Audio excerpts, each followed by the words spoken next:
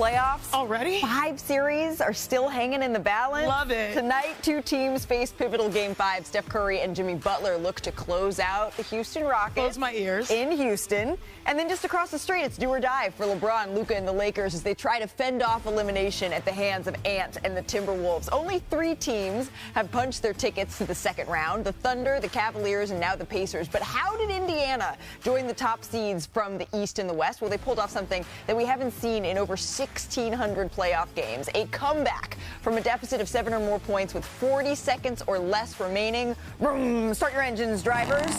Let's head to Indianapolis here, because this is where we pick this. Change the channel during overtime when they saw the score. But Gary Trent Jr., he was absolutely sensational for this Milwaukee Bucks team. Disbelief there, understandably so. And that brings us to today's electric moment, brought to you by Hunters. They hang on in overtime again. Spectacular night for Gary Trent Jr. It just wasn't quite enough. Indiana gets the 1-point win to close out the series. And John Halliburton, Tyrese's dad, clearly excited, showed his emotions maybe a little bit too much. Understatement. Gets in Giannis's face, chatting a little. We all have personal relationships with John. He's a really proud dad, but this just went a hair too far. Yeah, out-of-body experience. I was out of pocket, unnecessary, and just unacceptable. I'm glad there was an apology. Here's Giannis, what he had to say about that post-game dust-up. Coming in the floor and showing me his son a towel with his face. This is what we do. This is what we effing do. This is the F we do. This. I feel like that's very, very disrespectful. I think it's the emotions of the game just got excited there. But I talked with him. I'll talk with Giannis eventually about it. Just, I don't think that my pops was in the right at all there. And unfortunate, what happened in the end there. But, I mean, this series was a lot of war of words, a lot of war of antics, a lot of stuff going back and forth. And that's just part of, this rivalry and what we've built here over the last couple of years. So Tyrese Halliburton was just with our colleague on the Pat McAfee show saying he has talked to Giannis since then. And also John Halliburton, he took to social media to apologize here. He said, "I sincerely apologize to Giannis, the Milwaukee Bucks, and the Pacers organization for my actions following tonight's game. This was not a good reflection on our sport or my son, and I will not make that mistake again." So welcoming in our senior reporter here, Brian Windhorst, NBA champ Kendrick Perkins. Brian, there's so much to dissect from this game last night, but your biggest takeaway from this Pacers-Bucks game is what? The takeaway needs to be how great Tyrese Halliburton was. Nothing with his dad, which was unfortunate. But my gosh, he made 3 enormous baskets in this game. Not even fitting into our highlight was the dunk that he made that was the basket that forced overtime. Yeah. His outside shot wasn't falling. He went to the basket, was able to get that big hoop. Then you just showed the 2 plays in overtime. As Chanae said, one going left, one going right. The thing that gets me, they had this out-of-bounds play for the last possession. They brought Pascal Siakam up. They chose to put Giannis onto Tyrese. The way they set the play, I asked Rick Carlisle, I said, did you seriously want Giannis on Tyrese for this last basket, down 1? And he said it wasn't about the matchup. It was about us and me trusting Tyrese to make a play.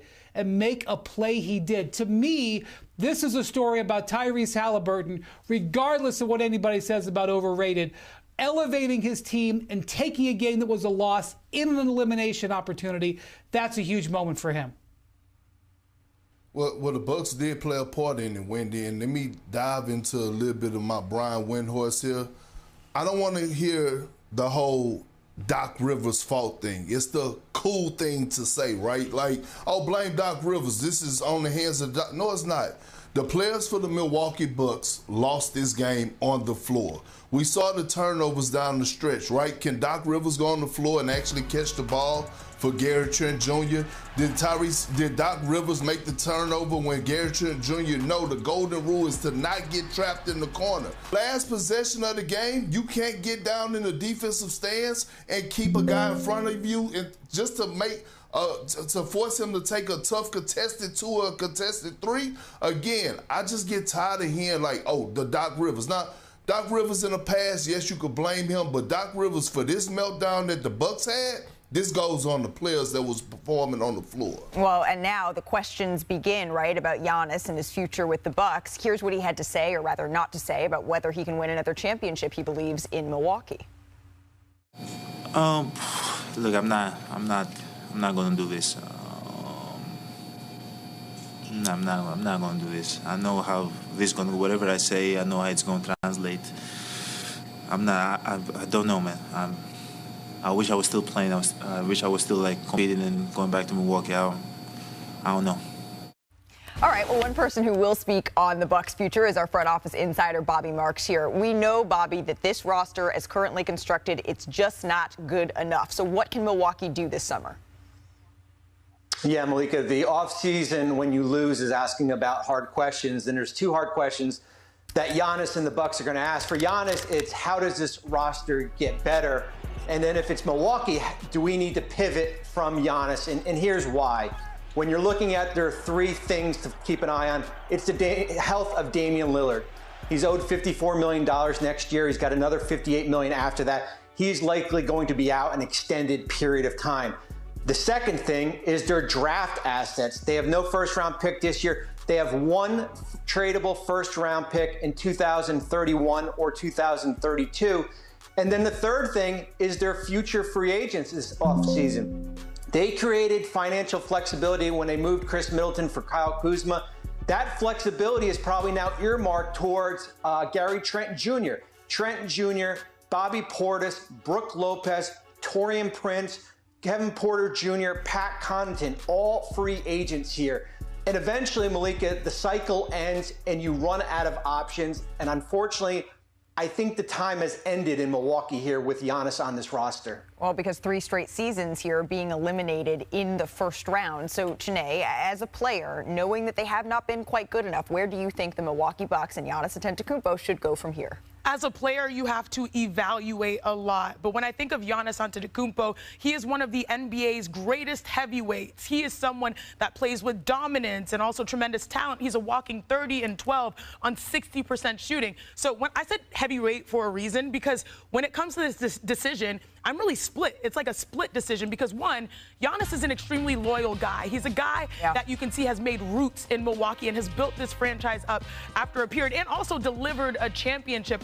I don't see anything truly indicating that he wants to go, but still you have to think, because, two, you know, there's a cost to loyalty. Sometimes you look at your teammate Dame Lillard and maybe you think, okay, Dame, he was known as a loyal guy for so long. You don't want to wait too long before you make a decision to go elsewhere to maximize your competitive prime. Giannis is 30 years old. If the time were to be any time, it's right now to make a decision to go. But still, he's still showing signs that he cares dearly about Milwaukee. Absolutely. I would advise Giannis, and that's a great point, Sinead, but I would advise Giannis to go listen to Kevin Garnett Hall of Fame speech, where he said he wished he would have been in the Celtic uniform sooner, meaning he held on to being the Minnesota Timberwolves too long. Playing for the Minnesota Timberwolves too long. And if I'm Giannis, I'm in my prime. Look, you done everything in the world for this organization, delivered the championship, right? Made this city relevant, made the city money, right? No one is going to be upset with you if you decide to leave on, which I think is the best decision for him. But again, my whole thing is Giannis just needs to really sit down, evaluate, because it's hard getting drafted by an organization. This becomes your home, so it's hard. His next decision, whatever it may be, if he decides